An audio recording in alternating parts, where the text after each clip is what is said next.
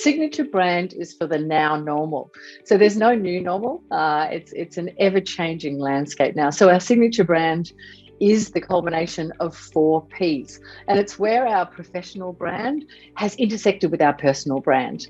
And we also need to be very mindful of our story or our profile, especially when we're talking about digital footprints.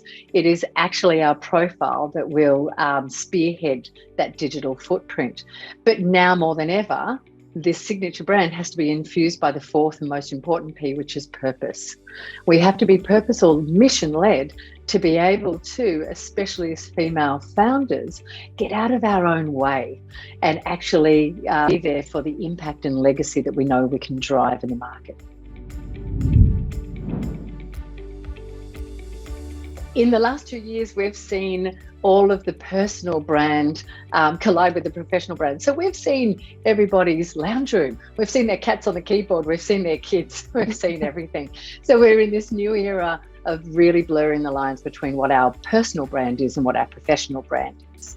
And so when we talk about what that intersection is, it's really, really clear when we talk about our personal brand, like being any brand in a business.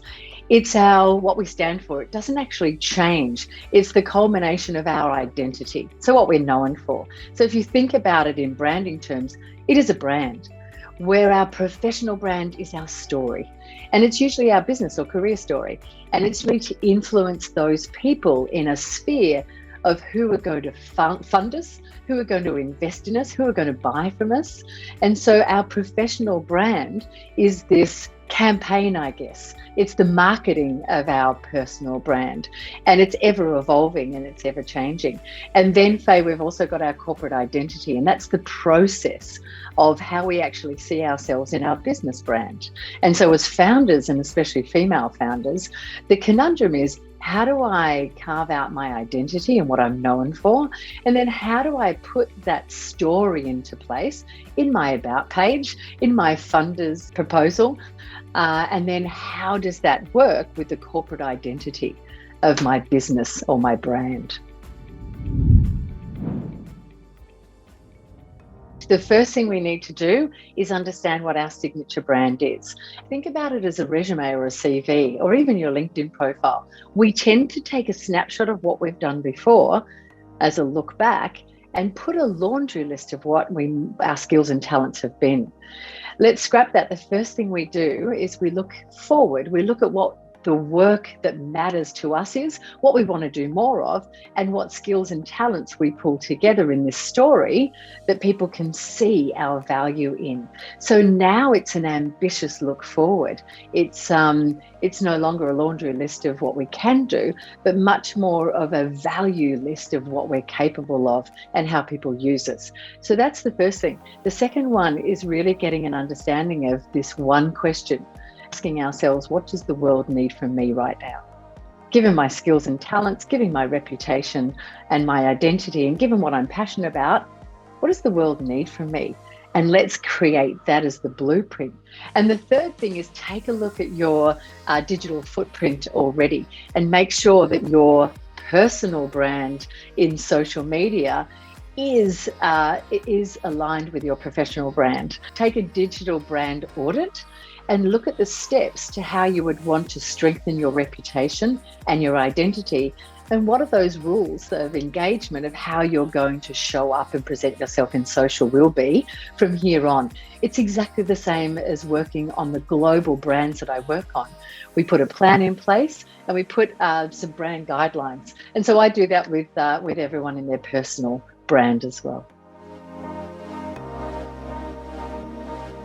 It's totally up to you whether you are a different person personally to professionally. I would always recommend that you combine the two. And basically the rule of thumb is don't put anything on social media that you wouldn't want on the front page of a newspaper sometime, somewhere. And so the second one is really simple, is we leverage every single social platform the way it was built. And we take that as a person or a personality. So what I mean there, Faye, is if we take Facebook, Twitter, and then we take Instagram and LinkedIn. They've all got different sides of your personality to bring out.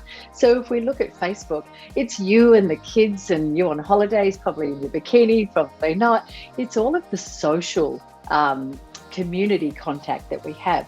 So utilizing Facebook for the inside track of what we're doing in our personal and professional life is perfect. Then if you look at Twitter, that's a broadcast. If you're a thought leader or you've got interesting things to say, use Twitter to say that. Instagram is image-based. So again, bring to life these images of your impact and legacy in business. Let them know what you're about. And then of course, LinkedIn is the button down, more corporate identity. Resist putting your information out to every single channel in the same way. Use them for what they're built for, and try not to hide behind that personal professional, but probably make your personal and professional brand one that you're proud of to show to everyone.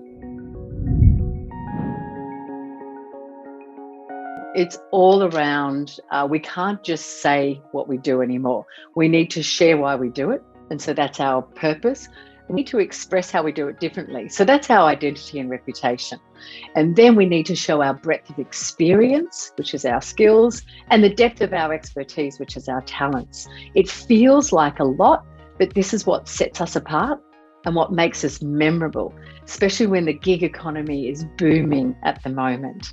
And so that's your signature brand. It's the catalyst for energizing, I guess, more your purpose and accelerating that identity, and giving that identity, influence, and also impact to the right people at the right time.